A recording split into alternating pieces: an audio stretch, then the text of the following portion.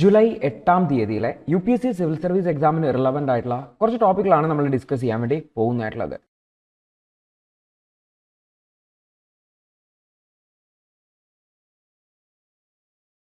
അതിൽ ആദ്യത്തെ ടോപ്പിക് എന്ന് പറയുന്നത് low carbon climate resilient development എന്ന് പറഞ്ഞുകൊണ്ട് കാർബൺ റെസിലിയൻ്റ് ആയിട്ടുള്ള അല്ലെങ്കിൽ കാർബൺ കുറഞ്ഞിട്ടുള്ള ക്ലൈമറ്റ് റെസിലിയൻ്റ് ആയിട്ടുള്ള ഡെവലപ്മെൻറ്റൽ ആക്ടിവിറ്റീസിനെ കുറിച്ചിട്ടാണ് നമ്മൾ പറയുന്നത്.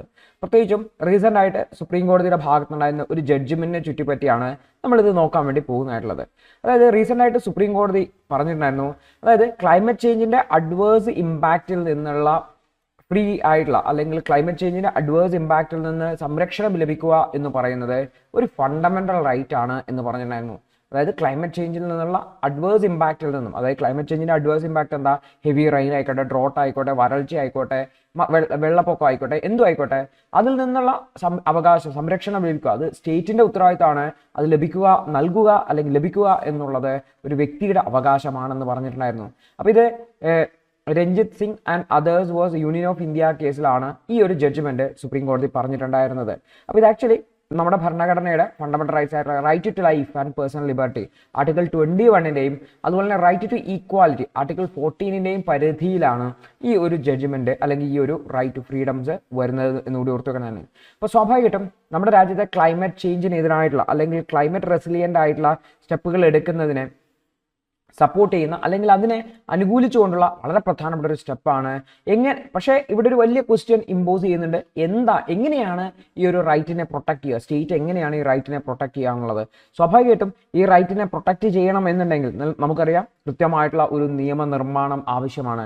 സ്വാഭാവികമായിട്ടും ഒരു നല്ല ലെജിസ്ലേഷൻ ഇവിടെ ആവശ്യമായിട്ടുണ്ട്. പ്രത്യേകിച്ചും ഇന്ത്യൻ സാഹചര്യങ്ങൾക്കനുസരിച്ച് ക്ലൈമറ്റ് ചേഞ്ചിനെ എങ്ങനെ അഡ്രസ് ചെയ്യും, ക്ലൈമറ്റ് ചേഞ്ചുമായി ബന്ധപ്പെട്ട അവകാശങ്ങൾ എന്തൊക്കെയാണെന്നുള്ളത്.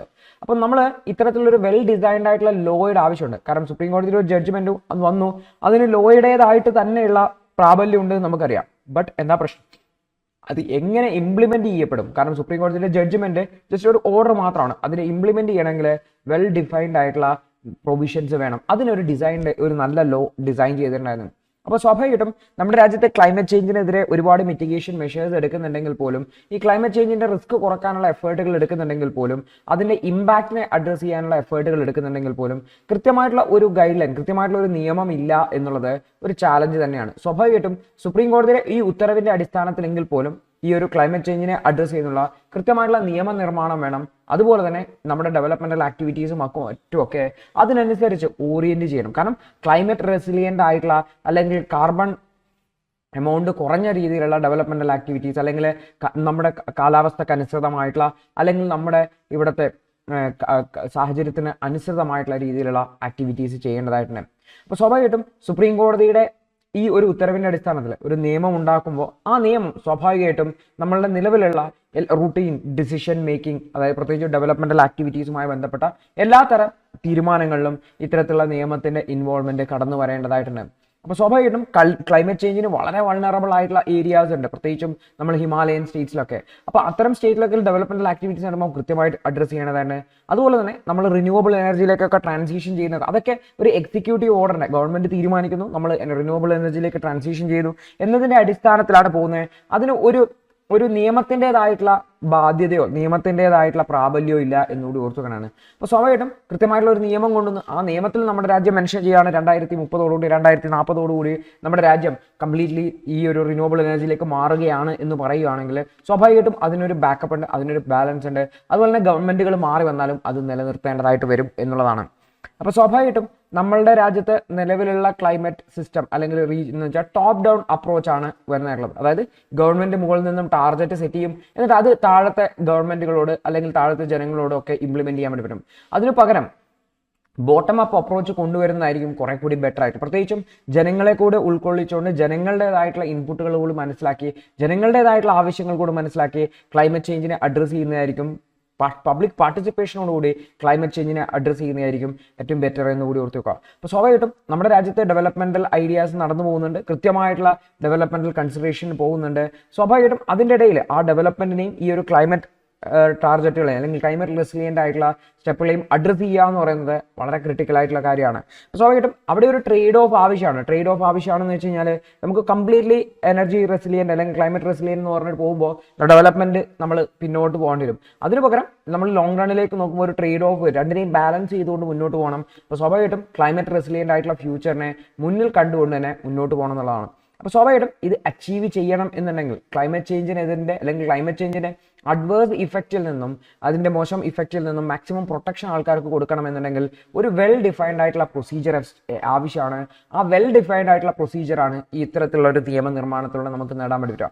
അപ്പോൾ ഈ ഒരു നിയമം എല്ലാത്തരം ഗവൺമെന്റിലും സെൻട്രൽ ഗവൺമെന്റ്, സ്റ്റേറ്റ് ലെവൽ, അതുപോലെ ലോക്കൽ ഗ്രാമപഞ്ചായത്ത് ലെവൽ വരെ ഇംപ്ലിമെന്റ് ചെയ്യേണ്ടതായിട്ടുണ്ട്. അതായത് ക്ലൈമറ്റ് ആക്ഷൻ എന്ന് പറയുന്നത് ഒരു എക്സിക്യൂട്ടീവ് തീരുമാനം മാത്രമായി ഒരു ഇൻസ്റ്റിറ്റ്യൂഷണൽ സ്ട്രക്ചറിലൂടെ കൊണ്ടുപോകുന്നതിലുപരിയായിട്ട് അതിന് പകരം വെൽ ഡിസൈൻഡ് ആയിട്ടുള്ള ഒരു നിയമത്തിന്റെ പ്രാബല്യത്തോടു കൂടിയ ഇൻസ്റ്റിറ്റ്യൂഷണൽ സ്ട്രക്ചറിലൂടെ സ്ട്രാറ്റജൈസ് ചെയ്ത് പ്രയോറിറ്റൈസ് ചെയ്ത് അതിന്റെ പ്രശ്നങ്ങളെ ഐഡന്റിഫൈ ചെയ്ത് ഇവാലുവേറ്റ് ചെയ്ത് കൊണ്ടുവരുന്നതിന് വേണ്ടി ശ്രമിക്കേണ്ടതാണ്. അതായത് നമ്മൾ നോക്കിക്കഴിഞ്ഞാൽ ഒരു അംബ്രല ലോ ഉണ്ടാക്കി ഒരു വലിയ നിയമം എല്ലാവർക്കും അപ്ലിക്കബിൾ ആവുന്ന രീതിയിൽ ഒരു നിയമം ഉണ്ടാക്കി അതിനനുസരിച്ച് സബ്സ്റ്റാൻഷിയേറ്റ് ചെയ്ത് ഒരു സെറ്റ് ഓഫ് ഗോൾസും ഒരു കൃത്യമായിട്ടുള്ള അക്കൗണ്ടബിലിറ്റി മെഷേഴ്സും ഒക്കെ ഓരോരുത്തർക്കും ചെയ്യേണ്ട ഉത്തരവാദിത്തങ്ങളും ടാർഗറ്റുകളും എല്ലാം സെറ്റ് ചെയ്ത് അത് കൃത്യമായിട്ട് ഇംപ്ലിമെന്റ് ചെയ്യപ്പെടുന്നുണ്ട് എന്ന് ഉറപ്പുവരുത്തുക. പ്രത്യേകിച്ചും ഇത്തരം ടാർഗറ്റുകൾ സെറ്റ് ചെയ്യുമ്പോൾ നമ്മൾ പറഞ്ഞു ബോട്ടം അപ്പ് അപ്രോച്ച് എടുക്കണം, താഴത്തെ ലെവലിൽ നിന്നുള്ള പ്രശ്നങ്ങളെ മനസ്സിലാക്കിക്കൊണ്ടുള്ള ലക്ഷ്യങ്ങൾ എടുക്കേണ്ടതായിട്ട് അതിനനുസരിച്ച് മുന്നോട്ട് പോകേണ്ടതാണ് നമ്മുടെ രാജ്യം എന്നാണ് ഇവിടെ പറയുന്നതായിട്ടുള്ളത്. അപ്പോൾ പ്രധാനമായിട്ടും ഈ ഒരു എഡിറ്റോറിയൽ പറയുന്നത് ഈ ക്ലൈമറ്റ് റെസിലിയൻ്റ് ആയിട്ടുള്ള അല്ലെങ്കിൽ ക്ലൈമറ്റിനെ എൻവയോൺമെന്റിനെ പ്രൊട്ടക്ട് ചെയ്യുക അല്ലെങ്കിൽ ക്ലൈമറ്റ് ചേഞ്ചിന്റെ ഇമ്പാക്റ്റിൽ നിന്നും ആൾക്കാരെ സംരക്ഷിക്കുന്നതിന് കൃത്യമായിട്ടുള്ള ഒരു നിയമനിർമ്മാണത്തിന്റെ ആവശ്യകതയാണ് കാണിക്കുന്നതായിട്ടുള്ളത്. അപ്പോൾ ആക്ച്വലി ഇത്തരം നിയമങ്ങൾ ഉണ്ടാകുമ്പോൾ നമ്മളുടെ രാജ്യത്തിന് കൃത്യമായിട്ടുള്ള ഒരു അപ്രോച്ച് ഉണ്ടാവും, കൃത്യമായിട്ട് നമ്മുടെ രാജ്യത്തിന്റെ സാഹചര്യങ്ങൾക്ക് അനുസൃതമായിട്ടുള്ള രീതിയിൽ അപ്രോച്ച് ഉണ്ടാവും എന്നുള്ളതാണ്. അപ്പോൾ ഇതിൽ ഏറ്റവും സ്റ്റാർട്ട് ചെയ്യാൻ പറ്റുന്ന വെച്ചാൽ പെർ ക്യാപിറ്റ എമിഷൻസ് കുറക്കാൻ വേണ്ടി പറ്റുക എന്നുള്ളതാണ്. അതായത് ഗ്ലോബൽ ആവറേജിനെക്കാളും കുറക്കാൻ വേണ്ടി ശ്രമിക്കുക എന്നുള്ളതാണ്. പക്ഷേ ഇന്ത്യയിൽ നോക്കിക്കഴിഞ്ഞാൽ എമിഷൻസ് ഇന്നും വർദ്ധിച്ചു വരികയാണ്, കൂടുതൽ തെർമൽ പവർ പ്ലാന്റുകളെ ഡിപ്പെൻഡ് ചെയ്യുകയാണ്. അപ്പോൾ സ്വാഭാവികമായിട്ടും നമ്മുടെ ഡെവലപ്മെന്റിനെ ഫോക്കസ് ചെയ്യുമ്പോൾ കാർബൺ എമിഷൻ കൂടുക എന്നുള്ളത് കൂടുന്ന സാധ്യത തന്നെയാണ്. പക്ഷെ ഇതിനെ അഡ്രസ്സ് ചെയ്തുകൊണ്ട് പെർ ക്യാപിറ്റ എമിഷൻ കുറക്കുക, അതായത് total emission divide by population എന്നുള്ള എമൗണ്ട് കുറക്കുക എന്നുള്ളതാണ് ചെയ്യാൻ വേണ്ടി പറ്റുക. അപ്പോൾ സ്വാഭാവികമായിട്ടും ഒരു ക്ലൈമറ്റ് ലോയുടെ ഫ്രെയിംവർക്ക് ഉണ്ടാവുക, അതിന് കൃത്യമായിട്ടുള്ള ഇംപ്ലിമെന്റേഷൻ ഇൻസ്റ്റിറ്റ്യൂഷണൽ സ്ട്രക്ചർ ഉണ്ടാവും. ഒരു നിയമം ഉണ്ടാക്കുക എന്ന് പറയുന്നത് വലിയ സംഭവമല്ല, ആ നിയമം ഇംപ്ലിമെന്റ് ചെയ്യപ്പെടുക എന്നുള്ളതാണ്. അതിന് കൃത്യമായിട്ടുള്ള ഒരു ഇൻസ്റ്റിറ്റ്യൂഷണൽ സ്ട്രക്ചർ ഉണ്ടാവണം. സ്വാഭാവികമായിട്ടും നമ്മൾ ലോ കാർബൺ ഒരു റെസിലിയൻ്റ് ആയിട്ടുള്ള സൊസൈറ്റി അച്ചീവ് ചെയ്യുന്നതിന് വേണ്ടിയിട്ടുള്ള ഒരു കൃത്യമായിട്ടുള്ള ഫ്രെയിംവർക്ക് സെറ്റപ്പ് ചെയ്യേണ്ടത് ഈ സാഹചര്യത്തിന്റെ ഈ കാലഘട്ടത്തിന് ആവശ്യമാണ്. അതിന് അനുസൃതമായിട്ടാണ് സുപ്രീം കോടതിയുടെ ഉത്തരവ് വന്നിരിക്കുന്നത്. സ്വാഭാവികമായിട്ടും പാർലമെന്റ് അല്ലെങ്കിൽ ഗവൺമെന്റ് ഇതിനായിട്ട് ഇറങ്ങിത്തിരിക്കണം എന്നാണ് ആക്ച്വലി ഓതേഴ്സ് പറയുന്നതായിട്ടുള്ളത്. അപ്പോൾ സ്വാഭാവികമായിട്ടും ഒരു നോളജ് ബോഡിയെ ക്രിയേറ്റ് ചെയ്യേണ്ടതായിട്ടുണ്ട് ഗവൺമെന്റ് തലത്തിൽ. സ്വാഭാവികമായിട്ടും പോളിസി ഓപ്ഷൻസിനെ കുറിച്ചും ഈ ഒരു ക്ലൈമറ്റ് റെസിലിയൻ്റ് ആയിട്ടുള്ള ഫ്യൂച്ചറിനെ കുറിച്ചുള്ള സ്റ്റഡീസ് നടത്തുന്നതിന് വേണ്ടിയിട്ട് അതിനുശേഷം ഒരു low carbon in development commission develop ചെയ്യേണ്ടതായിട്ടുണ്ട്. അതായത് ഒരു സെപ്പറേറ്റ് കമ്മീഷൻ ഡെവലപ്പ് ചെയ്യണം. എന്തിനു വേണ്ടിയിട്ട്? ലോ കാർബൺ ടെക്നോളജീസ് അല്ലെങ്കിൽ ലോ കാർബൺ മെത്തേഡുകൾ നമ്മുടെ രാജ്യത്ത് ഫോം ചെയ്യുന്നതിന് വേണ്ടിയിട്ട്. അപ്പോൾ സ്വാഭാവികമായിട്ടും ഇത് ദേശീയ തലത്തിലും അതുപോലെ തന്നെ സംസ്ഥാന തലത്തിലെ ഗവൺമെന്റുകളും പ്രാക്ടിക്കൽ ആയിട്ടുള്ള, അതായത് നമുക്ക് അപ്ലൈ ചെയ്യാൻ വേണ്ടി പറ്റുന്ന, നമുക്ക് ഇംപ്ലിമെന്റ് ചെയ്യാൻ പറ്റുന്ന രീതിയിലുള്ള വഴികൾ കണ്ടുപിടിക്കണം ലോ കാർബൺ യൂസ് ചെയ്തുകൊണ്ട്, അതേ സമയത്ത് ഡെവലപ്മെന്റിന് വേണ്ടിയിട്ട്.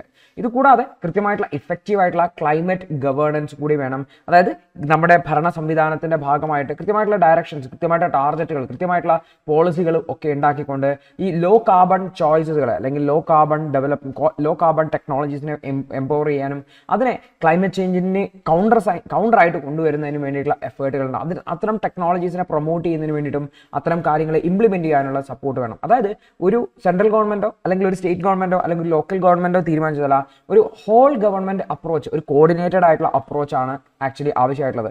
അപ്പോൾ ഇതിന് ഏറ്റവും ലീഡർ എടുക്കാൻ പറ്റുക ministry of environment, forest and climate change ആണ്, സെൻട്രലാണ്. അവർ സെൻട്രൽ റോൾ എടുക്കുക.